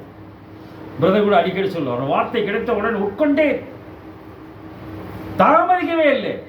இதே இறைமையா சொல்றேன், எனக்கு மகிழ்ச்சி, சந்தோஷம், மகிழ்ச்சியுமா எனக்கு கிடைத்த ஆகாரத்தை பார்க்கிலும் அதிகமாக யோபு. அந்த ஆகாரம் ஒரு முந்தி நாங்கள் மீட்டிங் வந்து மீட்டிங் நடத்தி ஒருத்தர் வந்து என்ன பண்ண, இன்னைக்கு பிரியாணி சூப்பராக இருந்துச்சு. எனக்கு ஒன்றுமே புரியல. மீட்டிங் முடிச்சோன்னு சொல்கிறாரு இன்னைக்கு பிரியாணி சூப்பராக இருந்துச்சு. பிரியாணியா? டீ தானே கொடுத்தோம், பிரியாணிங்கிறாரு. அந்த வட்டமான பிஸ்கட்டு, மேரி பிஸ்கட்டு, அது யாருக்குமே பிடிக்காத பிஸ்கட்டோ டீயும் தானே கொடுத்தோம், இவர் பிரியாணிங்கிறார். அவர் வேற எதுவோ சொல்கிறார். திருப்தி அவருக்குள் வந்துவிட்டது என்பதைத்தான் அந்த இடத்துல அவர் வெளிப்படுத்த என்பதாக பார்க்கிறோம். அதனால கவனமாயிரு, திட்டமானதாயிரு. அடுத்த வசனம், 8ஆம் வசனம். இந்த நியாயப்பிரமாண புஸ்தகம் உன் வாயை விட்டு பிரியாதிருப்பதாக. திருப்பி எழுதுறாரு பார்த்தீங்களா, உமாத்து எழுத மாதிரியே. இந்த நியாயப்பிரமாண புத்தகம் உன் வாயை விட்டு பிரியாதிருப்பதாக. இதில் எழுதியிருக்கிறபடி எல்லாம் நீ செய்ய கவனமாய் இருக்கும். இதில் எழுதியிருக்கலாம் செய்ய கவனமாக இருக்கு. அந்த படி அது எழுதியிருக்கிறபடி எல்லாம் செய்ய கவனமாக இருக்கும்படி இரவும் பகலும் அதை தியானித்துக் கொண்டிருப்பாயாக. இதுதான் முக்கியம். இரவும் பகலும் அதை தியானித்துக் கொண்டிருப்பாயாக. எப்படிங்க ராத்திரி பகல் என்னால் தியானித்துக் கொண்டு இருக்க முடியும்? நீங்கள் ஃப்ரீயாக இருக்கக்கூடிய எல்லா நேரத்திலும் இந்த சிந்தனைக்குள்ளாக நாம் செயல்பட வேண்டும். நாளைக்கு எக்ஸாமுங்கும் போது பசங்க என்ன நினச்சிட்டு இருப்பாங்க? அந்த சினிமா பார்க்கலாம், இந்த சினிமா பார்க்கலாம், அவங்க கூட்டு போகலாம், இவங்க கூட்டு போகலாம், அது விளையாட்டு அப்படி நினைக்கவே மாட்டாங்க. காலையில் பரிச்சை அப்படிதான் நான் நினைக்கிறேன். அந்த பரிசு சிந்தனை இருக்கும். இதை விட்டா முடிஞ்சோம் நம்ம அப்படிங்கிற உணர்வு அவர்களுக்குள்ளாக வரும். அதே சிந்தனையில் இருப்பார்கள். அப்போ அந்த மாதிரி தான் நாம் என்ன பண்ணோம்? இரவும் பகலும் தியானமாக இருக்க வேண்டும். அப்பொழுது நீ உன் வழியை வாய்க்கப்படும். அப்பொழுது உன் வழியை வாய்க்க. ஒரு சயின்டிஸ்ட்கான்னு வச்சுக்குவோம். அந்த சயின்டிஸ்டோட சிந்தனை என்ன இருக்கும்? இப்போ தாமஸ் ஆல்வா எடிசன் வச்சுக்கோங்க. யாரும் கேட்குறீங்களா? தாமஸ் ஆல்வா எடிசன் வச்சுக்கோங்க. இந்த தாமஸ் ஆல்வா எடிசன் தான் பல்பு கண்டுபிடிச்சான்னு சொல்கிறாங்க. அந்த பல்பு கண்டுபிடிக்கிறதுக்கு முன்னாடி எத்தனை வருஷம் பிரயாசப்பட்டால் நமக்கு தெரியாது. அப்போ அத்தனை வருஷம் அவருடைய சிந்தனையில் என்ன இருந்திருக்கும்? பல்பு, லைட்டு கண்டு, வெளிச்சத்தை கண்டு. அதே மாதிரி நாமளும் வெளிச்சத்தை கண்டுபிடிக்க நம்மளும் இருக்கணும் இல்லையா? எந்த வெளிச்சம்? அவர் நமக்கு இந்த வெளிச்சத்தை கொடுத்தார். அவர் சத்திய வெளிச்சத்தை கொடுத்தார். அந்த வெளிச்சத்தை நாம் தேடி செல்கிறவர்களாக நாம் இருக்க வேண்டும் என்பது தானே உண்மை என்பதாக அந்த இடத்துல பார்க்கிறோம். அப்புறம் புத்திமானாயும், அப்பொழுது நீ உன் வழியை வாய்க்க பண்ணி அப்பொழுது உன் புத்திமானாயும் நடந்து கொள்வாய். நீ புத்திமானாயும் நடந்து கொள்ளுவாய்ட்ட. பார்த்தீங்களா? அப்ப அந்த வாழ்க்கை தான் நமக்குள்ளாக இருக்க வேண்டும் என்பதாக பார்க்க. சங்கீத புத்தகம் 23:3. சங்கீதம் 23. அவர் என் ஆத்துமாவை தேற்றி அப்படின்னு ரொம்ப வீக்கா இருக்குன்னு அர்த்தம். ரொம்ப பலவீனமா இருக்கிறோம். அவர் என் ஆத்துமாவை தேற்றி தம்முடைய நாமத்தின் நிமித்தம் என்னை நீதியின் பாதைகளில், அவருடைய நாமத்தின் அவருடைய நாமத்தின் நிமித்தம் என்னை நீதியின் பாதைகளில் நடத்துகிறார் என்று பேசுகிறார். இந்த நீதியின் பாதை அதுல போகும்போது நமக்கு எந்த இடரிலும் வரவுக்கு வாய்ப்பில்லை என்பதாக பார்க்கும். வேண்டாத வழியில போனாதான் இடரில் வருவதற்கு வாய்ப்பு உண்டு. பெருமா நம்ம மொபைலில் பார்த்துருந்தா என்னென்னமோ எட்டி பார்க்குமாமா. இதில் பணம் அவ்வளோ கிடைக்கும், இதில் அவ்வளோ கிடைக்கும், எல்லாம் எட்டி பார்க்குமாமா. உடனே என்ன பண்ணுவாங்களா? அதில் பணத்தை போடுவாங்களாம். அதில் பணத்தை போட பணம் வருமாமா. பணம் வர என்னாச்சாமா? அதில் போட்டே இருப்பாங்களே. கடைசியில் என்ன ஆயிடுச்சு? நடுத்தருக்கும் அந்த வாழ்க்கை, நிறைய வாழ்க்கை, ஆசை காட்டி மோசம், நிறைய காரியங்கள் இன்றைக்கு வாழ்க்கையில் நடந்து கொண்டிருக்கிறது என்பதாக ஜாக்கிரதை. அதனாலதான் சொல்றேன், நான் சொல்லவில்லை, வேறொருவர் சொன்னார். அது காகித குப்பை, அதை நோக்கி நீங்கள் பிரயாணம் செய்யாது. என்ன ஆகும்? அது காகிதத்தை அப்படியே போட்டு வச்சிங்கன்னா என்ன ஆயிரும்? ஒரு புக்கை வச்சிங்கன்னா என்ன ஆயிரும்? கீழே போட்டு கரையா முடிச்சிடும் இல்லை? ஒரு வீட்டில் அப்படிதான் பெரிய பில்டிங் கட்டுறதுக்காக இந்த இன்ஜினியர் என்கிட்ட சொல்றார். நான் பேர்லாம் சொல்ல விரும்பல பிரதர். கோயம்புத்தூரில் பெரிய அளவுங்க அவங்க வீட்டில் நான் கட்டடம் கட்டினேன். அவங்க என்ன பண்ணாங்க? அவர் ஒரு கட்டு பணம் கொடுத்தாரு. அப்போ இந்த 2000 கட்டு என்னமோ அந்த கட்டு பணத்தை கொடுத்தாரு. அதை பார்த்தா ஒரு பக்கம் அப்படியே பூரா பூச்சி அரைச்சிருக்கு, கரையும் அரைச்சி, அப்படியே ஒரு பக்கம் பூரா அரைச்சிருக்குது. அப்புறம் கொண்டு போய் கொடுத்தேன். நீ வீட்டில் கொடுத்துட்டு வேற வாங்கிக்கோங்க. நாங்கள் வீட்டில் கொண்டு போய் கொடுத்தேன். அவங்க வேற லாங்குவேஜில் பேசினாங்க. பேசிட்டு என்ன பண்ணாங்க? நாளைக்கு வாங்கினாங்க. அடுத்த நாள் போனேன். அந்த கட்டு கொஞ்சம் நல்லா தான் இருந்தது. ஆனால் பூச்சி மருந்து ஸ்மெல் அடிச்சு, பூச்சி மருந்து போட்டு. அப்போ யாருங்க அவங்க வீட்டில் எவ்வளோ வச்சுருப்பாங்க பார்த்தீங்களா? அப்போ என்னாச்சு? அது பூச்சி அரிச்சிருச்சு. பெரிய பெரிய பிரசங்கியார் இதுக்கு விதிவிலக்கு அல்ல. பாத்ரூம் போட்டு கொளுத்துன காலமெல்லாம் இருக்குது. ரைடு வரும்போது, அது என்ன இன்கம் டேக்ஸ் ரைடா கஸ்டம்ஸ் ரைடா வரும்போது பாத்ரூம்ல போட்டு கொளுத்திட்டான். அப்ப என்ன அர்த்தம்? அது குப்பை அல்லவா? எல்லாவற்றையும் குப்பை என்று, நஷ்டம் என்று குப்பையுமாக எண்ணுகிறேன் பவுலடியார் அப்படித்தான் சொல்லுகிறார் என்பதாக பார்க்கிறோம். அப்படின்னா இந்த வழியை மட்டும் ஃபாலோ பண்ணி பிடிச்சுக்கிட்டு அதுல நம்ம நடக்கணும். அதுல சங்கீதம் 31:3, என் கண்மலையும் என் கோட்டையும் நீரே, என் கண்மலையும் என் கோட்டையும் நீரே, உமது நாமத்தின் நிமித்தம் எனக்கு வழிகாட்டி, உமது நாமத்தின் நிமித்தம் நீங்க எனக்கு வழிகாட்டி என்னை நடத்தி அருளும், என்னை நடத்தி அருளும். அந்த வழி உங்ககிட்ட ஒரு கைடு வராரு. நீங்க எங்கேருந்து ஃபாரின் போறீங்க, எருசலேம் போறீங்க, ஹோலி லேண்ட் போறீங்க, நீங்க பாட்டுக்கு போய் ஃப்ளைட் ஏறி போய் எல்லாம் சுத்தி பார்த்து வந்துடுவீங்களா? உங்களுக்கு யார் தேவைப்படுதுங்க? ஒரு வழிகாட்டி தேவைப்படுது, ஒரு கைடு தேவைப்படுது. உங்க லாங்குவேஜ்ல உங்களோட கூட பேசக்கூடிய ஒரு நபர் தேவைப்படுகிறார் இல்லையா? பிறவி கூட சீலோவ போய் கழுவுனாரு. அப்ப அங்க ஒரு வழிகாட்டி தேவைப்பட்டார். யார்?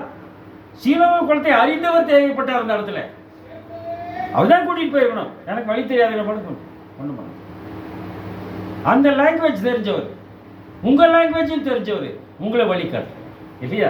எல்லா லாங்குவேஜ் தெரிஞ்சது அவர் தான். அவர் காட்டுற வழி உத்தமமான வழி, அது நீதியின் வழியாக இருக்கிறது. வழிகளை நின்று பூர்வ பாதை எதுவென்று கேட்டு விசாரித்து நல்ல வழி எது என்று பார்த்து அதிலே நடவுங்கள், அப்பொழுது உங்களுக்கு இளைப்பாதல் கிடைக்கும். அது எந்த வழி அப்படின்னு பார்த்தோம்னா இயேசு பேசுகிறார். 14 யோவான் 14:6, யோவான் 14:6.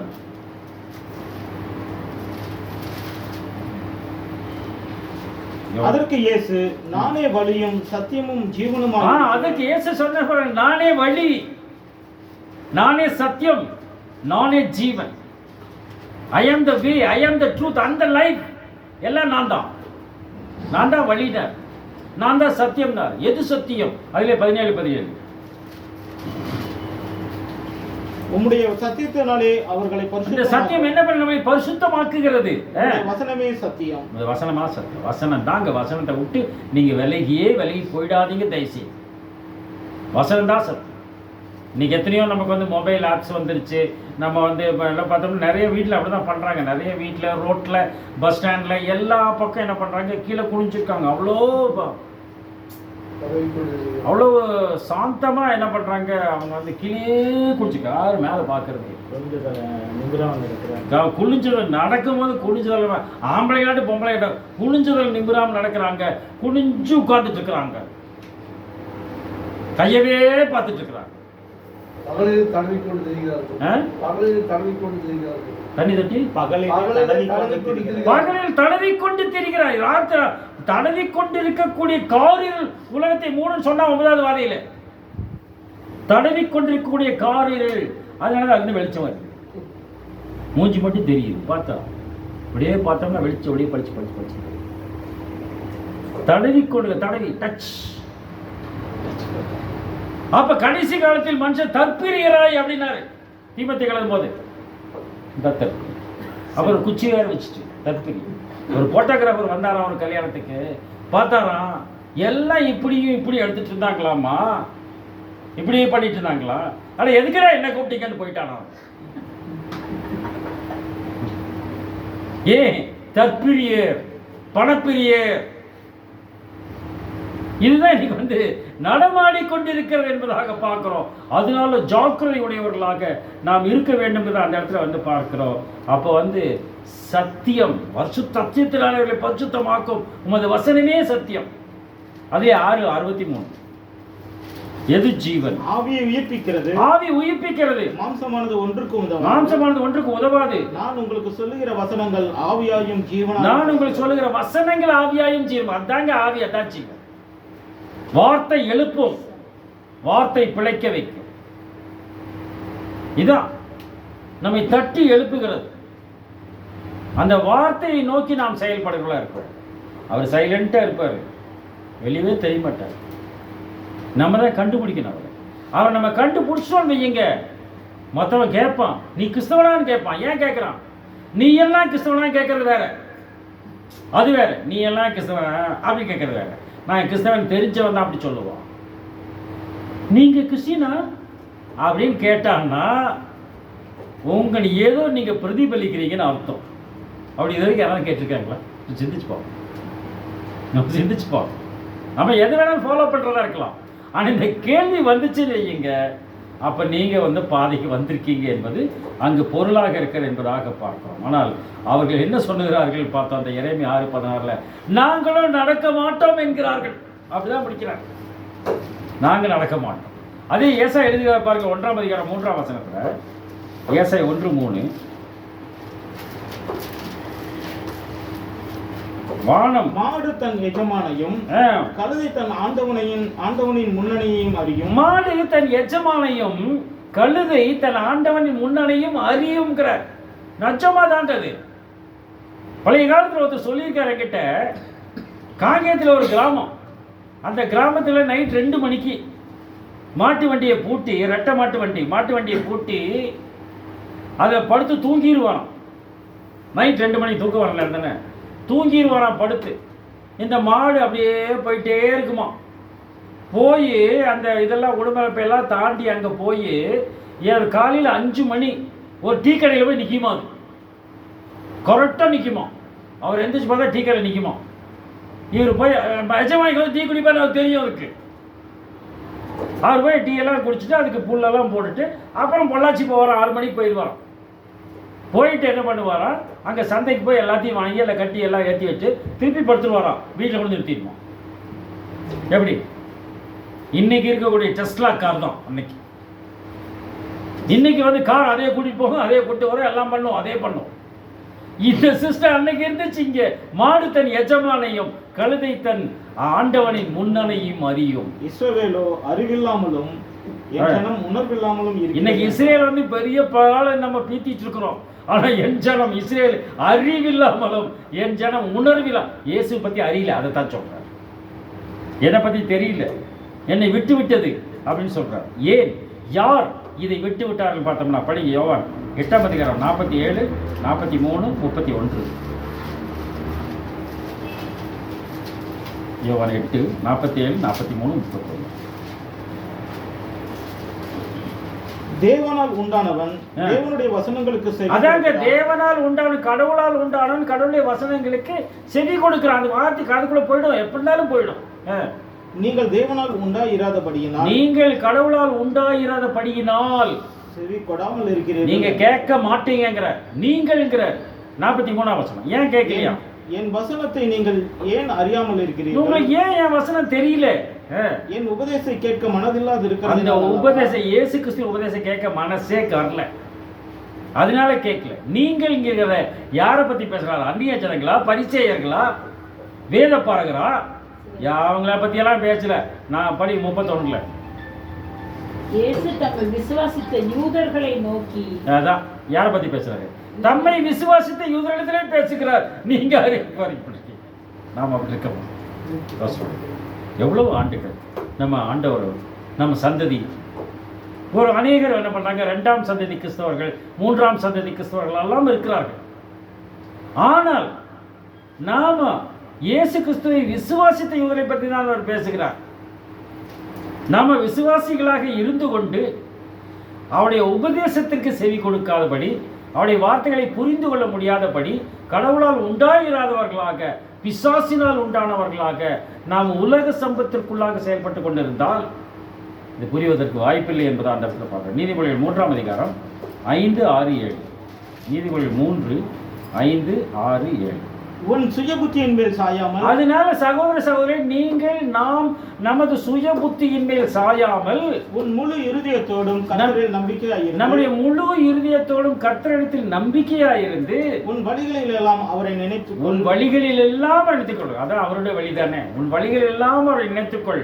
அப்பொழுது அவர் உன் பாதைகளை செவைப்படுத்துவார். அப்போது அவர் உன் பாதைகளை செவையாக்குவார்.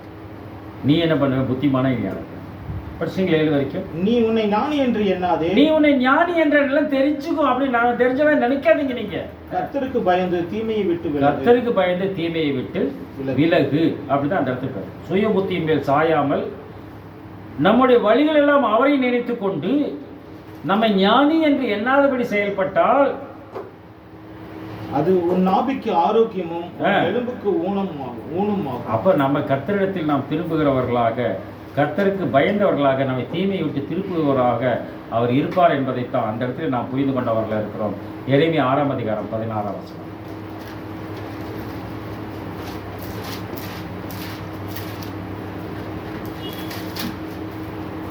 வழியிலே நின்று, எனவே சகோதரர்களை வழிகளை நின்று பூர்வ பாதைகள் எவை என்று கேட்டு விசாரித்து, பூர்வ பாதை எதுவென்று கேட்டு விசாரித்து, நல்ல வழி எங்கே என்று பார்த்து, நல்ல வழி எதுவென்று பார்த்து அதிலே நடவுங்கள். அதுல நடங்க.